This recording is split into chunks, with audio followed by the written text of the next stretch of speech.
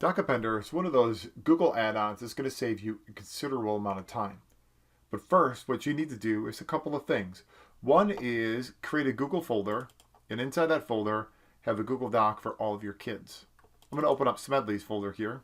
You're going to take a look that I put a header on the first page. This will be duplicated in every page after this, so that way when I come back to it, I can tell these are all notes from first quarter. It's super easy though. If you just set up one Google Doc, you can always right-click, make a copy, and then rename it with that student's name. Then next you need to create a Google form.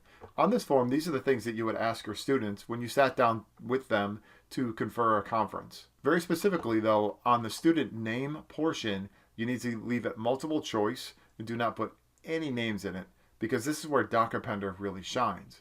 Now I'm going to scroll through here and you can see that here's the question I'm going to be asking about research. I always recommend putting some help text down below because it's going to remind you what to target when you're talking with them. Or if you ever give this to like a guest teacher, student teacher, this will help prompt them to ask those right questions. I'm going to scroll down a little bit though, because there is a piece in here that we have added. And in Google Forms, it allows you to add a file.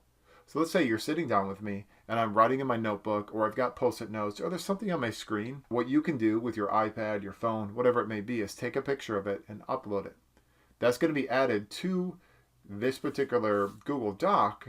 And so that way, when you go back to review the notes, you have a much broader picture of what the student is doing. Now, how do you make all this work? You need to return to your Google form where you can start to edit it, click the puzzle piece, and choose docAppender.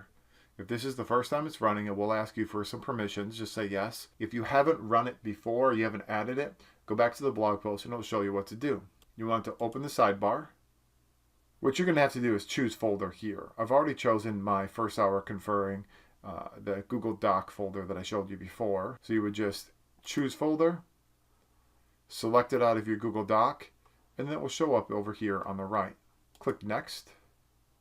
You want to click refresh list, select question, and choose student name. Save and populate, and check this out. All the names will be automatically pulled in based upon whatever you put on the Google Doc. So it does that for you. I'm going to choose next. What I recommend is choosing all of these here. So what it's saying is, on the Google Doc, what questions do you want to populate? And I always recommend taking them all and then doing a vertical table. What that does is kind of like puts all the answers on an individual index card. And you want to click enable and you are good to go. So now what we're going to do is return back to one of the Google Docs so you can take a look at what it looks like when information is added. What you can see here is I just filled out the conferring note. So all the questions were answered, all the necessary information was put here. I forgot to put a link in there.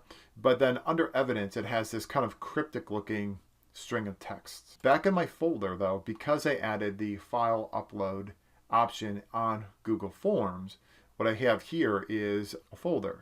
If I click that, and it's called evidence, was the question on the form.